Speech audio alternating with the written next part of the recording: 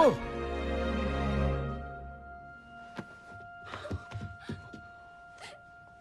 இதுக்கு மேல நீங்க குறும்பு பண்ணீங்கன்னா உங்களை குதிரை லாயத்துல நான் தூங்க வச்சிருவேன்.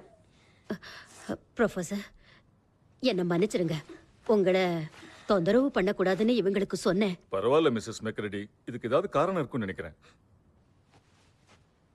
அதுக்கு முன்னாடி இந்த குழந்தைக்கு ஏதாவது குடிக்க கொடுத்தா நல்லா இருக்கும். என் கூட வச்செல்லாம்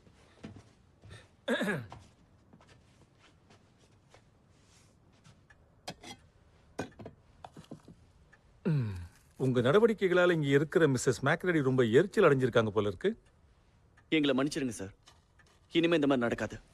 அவ என்னோட தங்கச்சி சார், லூசி. ஓ, அந்த அழற பொண்ணா?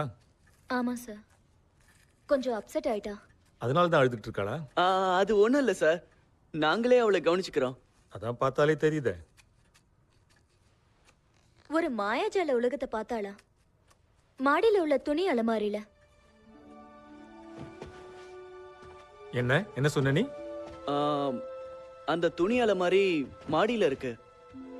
அதுக்குள்ள ஒரு காட்டை பார்த்ததா லூசி சொல்றா. நிறுத்தாம அத பத்தியே பேசிட்டு இருக்கா. அது எப்படி இருந்தது? அவ பேச்சு பைத்தியக்காரத்தனமா இருந்தது. நோ, அவளை பத்தி கேட்கல, காட்டை பத்தி கேட்டேன். அதுல உங்களுக்கு நம்பிக்கை இருக்கா? நீங்க நம்பலையா? நிச்சயமா இல்ல. அதாவது யதார்த்தமா அது சாத்தியமே இல்ல. இந்த காலத்துல ஸ்கூல்ல எதையும் சரியா சொல்லி தரது இல்ல.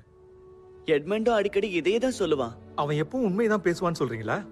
இல்ல, இதுதான் முதல் தடவையா இருக்கும்னு நினைக்கிறேன். அவ பைத்தியம் இல்லைன்னா, பொய் சொல்லலைன்னா, இவ சொல்ற யதார்த்தப்படி அவ சொல்றது உண்மைன்னு தான் நாம எடுத்துக்கணும். அவ சொல்றத நாங்க அப்படியே நம்பணும்னு சொல்றீங்களா? அவ உன் கூட பிறந்த தங்க தானே, உன் குடும்பம் தானே. உன் மனசை விட்டு அந்த எண்ணம் என்னைக்கும் போகக்கூடாது. பீட்டர் போலிங் போட வந்துட்டானா இன்னொரு விக்கெட் கண்டிப்பா விழுந்துரும். ஹோப்ஸ், பகல் கனவு காணாம விளையாடு. நாம ஏன் மறுபடியும் கண்ணாமூச்சி விளையாட கூடாது? சின்ன குழந்தைங்க விளையாட்டு நீ தானே சொன்ன. அதுக்காக இல்ல, இங்க வெளியே நல்ல காத்தையும் சுவாசிக்கலாம். ஏன் வீட்டுக்குள்ள காத்தே இல்லைன்னு சொல்ல வரியா? நீ ரெடியா? நீ ரெடியா?